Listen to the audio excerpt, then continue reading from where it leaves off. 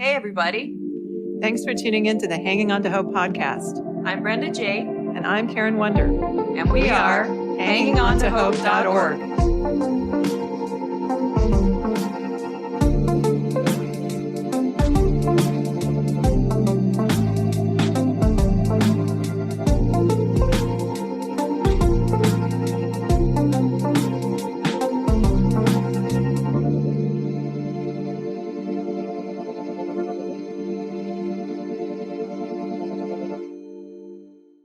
This podcast is intended as educational and is not psychological or medical advice. Always consult a professional when needed, and we disclaim any liability in connection with the instruction, information, or advice given. Hi, everyone. This is Karen W. And this is Brenda J. Thanks for tuning in to the Hanging On to Hope podcast. So on today's podcast, we have Celestia Tracy. And we have Nancy Galassini-Gunn, Author, illustrator, and guides for Explore, A Guided Journey to Being Loved. If you're familiar with Mending the Soul, this is a more abbreviated journal and art format to go through. Celestia leads us through a healing journey, and Nancy illustrates through her amazing artwork and personal reflections. Celestia and her husband, Steve, founded Mending the Soul, a Christian nonprofit dedicated to resourcing, training, and supporting leaders worldwide to address abuse and injustice in their communities. So welcome to the show. Thank you. Thank you. Yeah, you're welcome. Yeah, welcome to the show. Hi, this is Brenda J. How are you both doing today? We are doing I'm very great. well. Yeah. Good. Excited to be here. Continuing with part 3 of Explore, A Guided Journey to Being Loved. I loved all the pictures that you painted, Nancy. My favorites, and there were several of them in there, but I love the stapled stitch and buttoned, the mighty oak and the healing tree. But I love those are my three top favorites. Awesome. Can you share more about your inspirations for those, or anything that you'd want us to share about the art that you produce for Explore? Well, it's funny that stapled, stitched, and buttoned is your favorite because it has the best backstory. I like to take big sheets of watercolor paper and just pour colors on it, let it absorb. And then I look at it and I say, what is this? And when I poured that paper that eventually became the final piece of art, I could see a face in there. So I just kind of further defined it. And it was the face of someone who had, blood here and bruises here and torn skin. And being the nurse, I thought, well, this person needs healing, right? And if you go to the ER and you're like that, they give you stitches and they staple you up. And there are even buttons used occasionally. And It dawned on me that I had inherited my grandmother's and my mother's sewing supplies. And they were women I was very close to that were very powerful in my life. So I opened up the button box and all the leftover supplies, and I picked out needles and thread and buttons and staples. And I fixed that woman who was so torn and damaged. And the backstory to that is that really it is love that fixes us. And that's what my grandmother's and my mother's supplies represented. This was love being poured out on someone who needed healing. Wow. So and every time I look at it, I never put it up for sale because I like it so much. I want to keep it. Do you have that one in your house? Yes. It just got out of an art show, but yes, it is in my house. Wow. So that would be amazing. deeply personal. Yeah.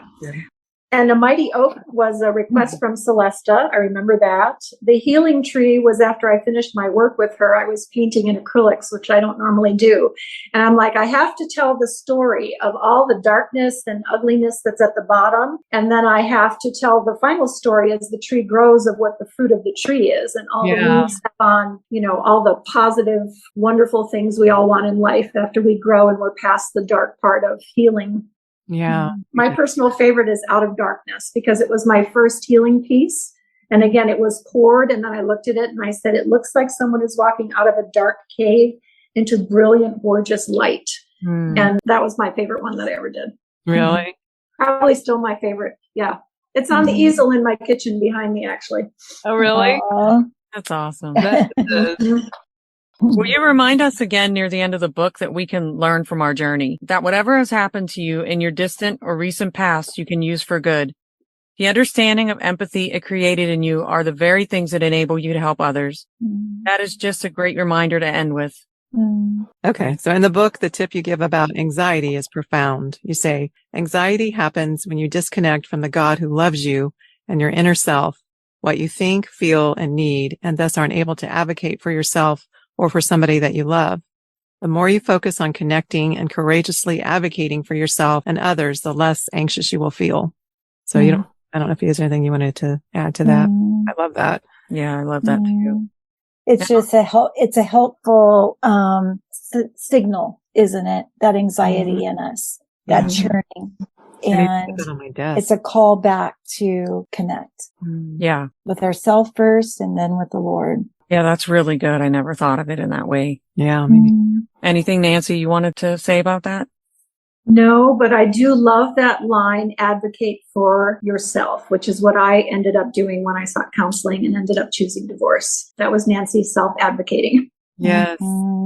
Absolutely. In the most healthy kind of way. Yes. I agree. Now, you also talk about anger in the book, which I really struggle with, and I struggle with not being angry. And I don't really know why yet. So you say anger points to vulnerable feelings point to pain points to unmet intimacy needs, and unmet intimacy needs connect with childhood wounds. The wounds that linger from childhood were probably sustained without a comforter. Nobody's seeing or caring about your pain.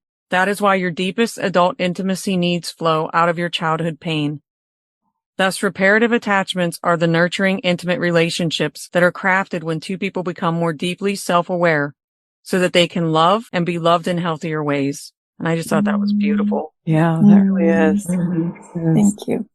Then you say to deal with your hard stuff, you use a process of integration. Did you want to say anything about what integration is and why it's healthy? I use the analogy of just connecting the dots, and basically Explore is our complete Mending the Soul model, but simplified. And so the starting place is recognizing our original design, that Nancy is a unique, one-of-a-kind daughter of the King who, before she was even conceived, God knew the plan he would have for her and the good works he had created her to do, which would make him visible in a broken, dark world. No wonder, Nancy, you love that image, that darkness to light. That's, just picturing you. That makes sense. And so integration is pulling all these shattered pieces together. I have a beautiful expressive art image that was sent to me by a young woman who's now going to be a facilitator here in Portland. And it shows her heart, an heart organ shattered. And it's like little diamonds, but it's just shattered. It's in 100 pieces. Wow.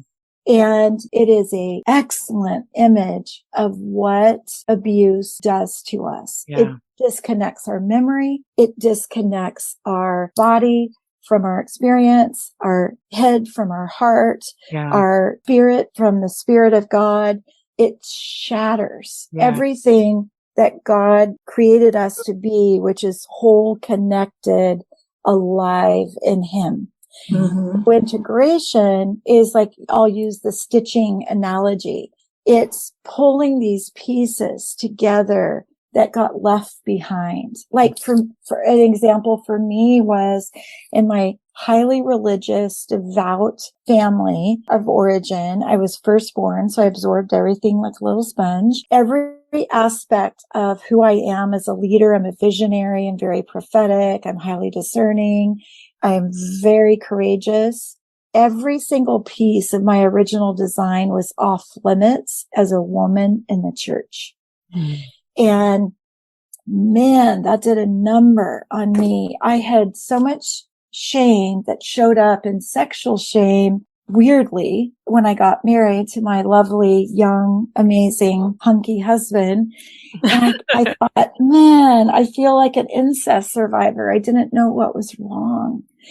And it was that emotional abandonment, neglect, and that maltreatment that was all religious, so it looked shiny. It didn't look bad, but it crushed me. And so part of my integration was finding these pieces of myself that I left on the side of the road. Like, okay, well, I won't speak in a meeting. Okay, I won't read scripture if a man's in a room. Okay, I won't pray out loud. Okay, I won't have ideas. I will act like I have no opinions. I will, never speak and never take a risk. That was an antithesis to who God had created me to be. So integrating was finding these discarded pieces of myself that had been rejected and shamed and picking them back up and stitching them together until it's like a connect the dots that I could see me and I started to take shape.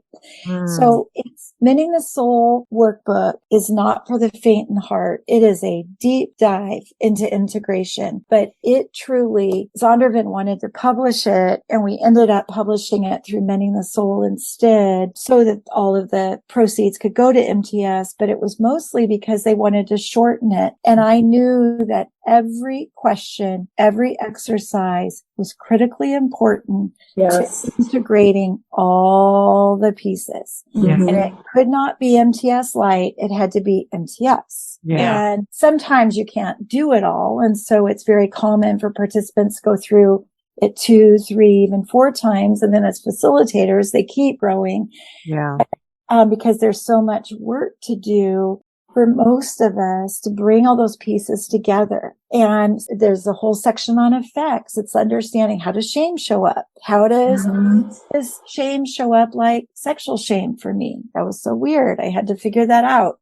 That's a part of integration. And then the healing steps. Why am I afraid to surrender to God? Why do I trust myself more? Like all these things. And the intrusion, as you are in a safe setting, memory starts to come back. And as memory starts to come back, you are taking each one as truly a gift from the Spirit so that you will know what He wants you to know in it. And for each survivor, it'll be something different. And I have a belief around memory recall that the Spirit of God mediates it best. And I think medium modalities like EMDR are very helpful for symptom reduction, but you need to make sure you are seeing a therapist that's highly skilled and is deeply embedded her faith into her practice, because the Spirit of God brings back the memory that He knows we need, and the memory that doesn't come back, He knows we don't need. And I believe that with everything inside of me. The Spirit guides. Yes. And some survivors they were sexually abused like on a weekly basis for 8 years. They have one memory. Well, God knew that's all they needed. That was enough. Yeah. Some have memory recall that goes on for years. And so all of that's integration. And so it's just stitching the pieces together. Another analogy I loved and use with my clients is like this beautiful necklace with all these beads, paper beads and pearl and glass and, shells. And the necklace is broken. The beads are shattered across the floor. Integration is finding every one, even if you don't like it and it's ugly and you don't want it on your necklace, finding every one and stringing it together so that when you're done, you hang it around your neck and you have a story to tell. You are free from shame. You attach your name to stuff because there's no shame. Yeah. And that's integration. That's great. Well, we don't have any more questions, so we're just going to read over a couple things. So I love in the book, you go over healthy versus unhealthy relationships. And you also talk about what a safe person is. And Karen's going to go ahead and read what a safe person is, just so our listeners know. Okay. So you say humble and admits that he or she makes mistakes and has weaknesses, open and vulnerable, spiritual without being overly religious, not defensive and welcomes feedback, someone who takes responsibility for their actions, non-judgmental. Instead, he or she seeks to understand, not defensive and open to constructive criticism, someone who lifts you up and others up, someone who speaks what is true and kind, someone who doesn't gossip about you or others. Did you want to add anything to that? That sounds like a great definition of a safe person. It does, doesn't it? Yeah. Yeah. I read the book Safe People. I don't think a lot of people don't know what a safe person is. If all you know is abuse, we don't know. So Right. That's important. Yeah. And again, you don't know what you didn't get until you get it. Thus, the importance of safe community and truth telling and lamenting within it. Mm. So as I look at this very, very full healing that God has brought to me over years, there is an experience that kind of represents the culmination of a restoration with God. And it happened very randomly. I was walking down my hall and I had not been too long in this house. And all of a sudden I felt God enter me. And his eyes were open and he was searching every part of what was in me. And this probably only lasted 10 or 15 seconds, but I could feel that the search was very, very thorough. And as I felt him kind of pull away, what I felt was his vast pleasure and a smile. And I thought, oh my gosh, this is awesome. So my healing led to this interesting new kind of connections with God where he draws super close and just speaks or touches very personally. Yeah. That made me think of that. I mean, just the story of the woman at the well, because I don't know. I love the way The Chosen does that scene. Have you seen that scene from The Chosen? Yes, good. Yeah. I watch that and I cry, I bawl every single time, but it's just like being known, like it says that he told her everything about her, but she ran and told, it wasn't a shame thing. It wasn't like, oh, all these awful things. It was when you're expressing that, Nancy, it's like being able to feel that sense of joy, that he finds joy in you and not any sense of shame or condemnation. Yes. Yeah. That delight. Yeah. That's beautiful. That's so beautiful, Nancy. And that really is how he feels about us all the time. Yeah. He just has to make it very vivid to me, right?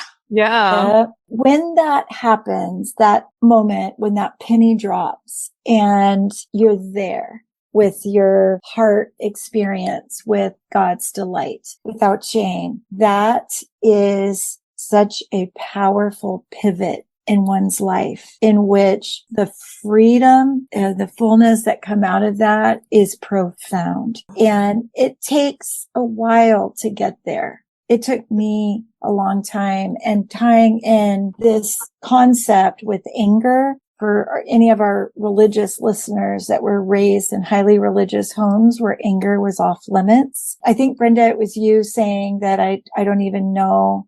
I don't. Yeah, I wasn't a highly religious home, but we were very unemotional. Oh, yeah. So just a numb, rational kind of home. But I didn't know I had any anger. And man, when I finally started tapping it, I was full of anger. And for any of our listeners that can relate to that, my encouragement is let it flow like a river with the Lord, because we have a model of interpersonal intimacy called Forever and Always, the Art of Bonding. So Mending the Soul connects us here. Forever and Always is a healing path that connects us with another person. But my encouragement for those that are searching for that kind of experience that Nancy just described with the Lord, you need to walk through that anger so you can pop to the other side of the fear, hurt, or sad that's sitting there, that deep grief, and express that with him. And as you sit with him and experience comfort from him, that's when he'll do it in a very different way for each of us, but you have an experience like what Nancy described and you never forget it. Yeah. I saw that book, but I thought it was more, so that would be a book you'd recommend I thought it was more for your marriage or something. No, it's interesting. We did a pilot of it with singles and married couples. I don't know. I thought it might be triggering for singles to read. They loved it. And they said, nobody has explained steps of bonding. Like we didn't have a clue. Because again, we do relationally, in friendship with our partner and marriage, we do typically pattern after what we came from, unless there's been intervention.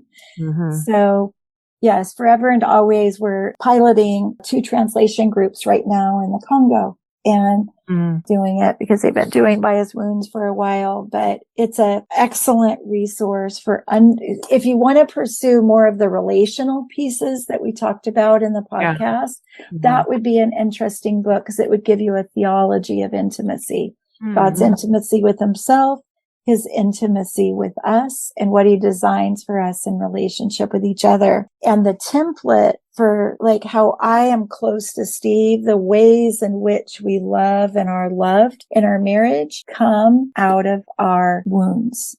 What we didn't get, what was badly done.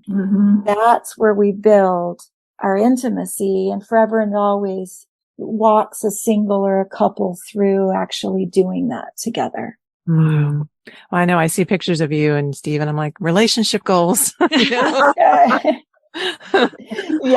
My thought when you said that is, oh no, like I've been so messed up from this relationship I was in, this marriage I was in, that is that what I'm going to take into maybe that's why I don't have another one or may never.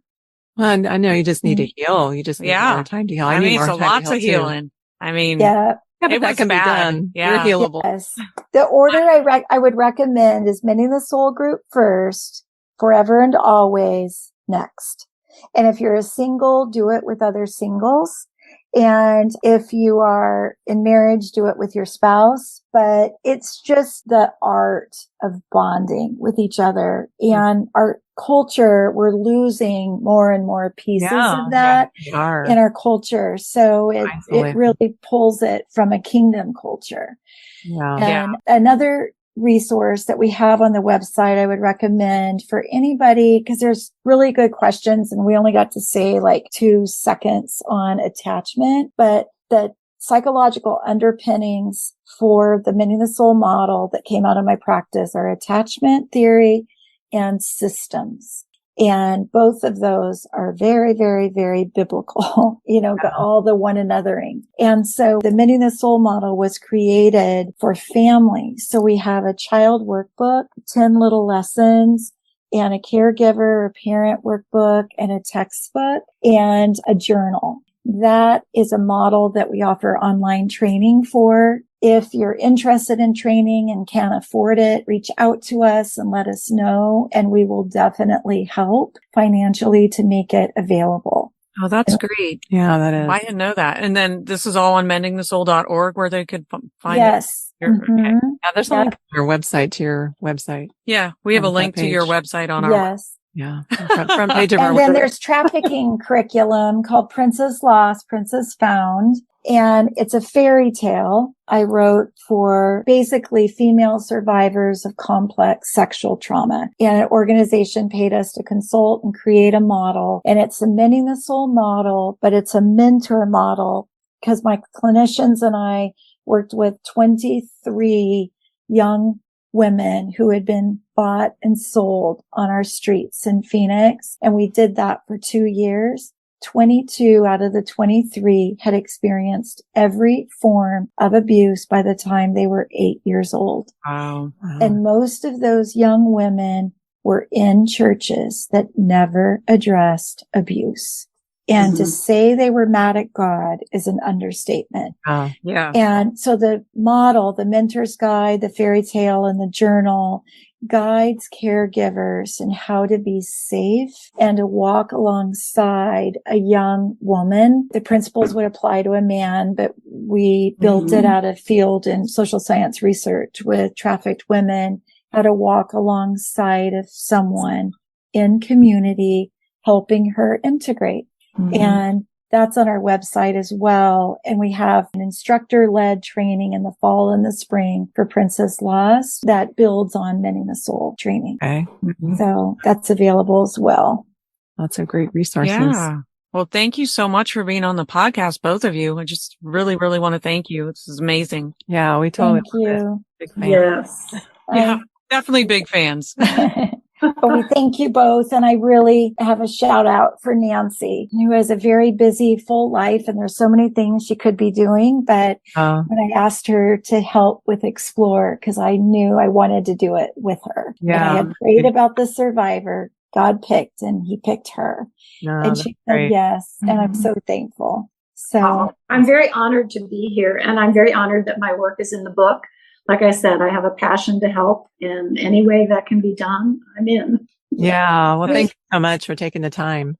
There's also, we forgot to mention, free videos of Nancy painting expressive art that go with each chapter. And Steve and I wrote content that supplements the content in Explore. So if you've bought the book, those videos are free to you to use. And Awesome. they can be done in a large group, small group, individually. But I wanted to capture Nancy's essence in motion. Yeah. And so she creates a whole different expressive art for each chapter than that, in addition to the fine art that she's created for us. Great. We'll have to definitely take a look at those. I'm interested to see how much deeper this, I'm like halfway through the Explore workbook, but I'm interested to see how much change I'll see or if I have to keep doing this. No, I want to go through it again because I had started this a year ago. And when I was going back through to read through this, to do the questions, I was like, I need to go through this again. Yeah, I'm not going to lie. Like I said, I'm very honest. No secrets here.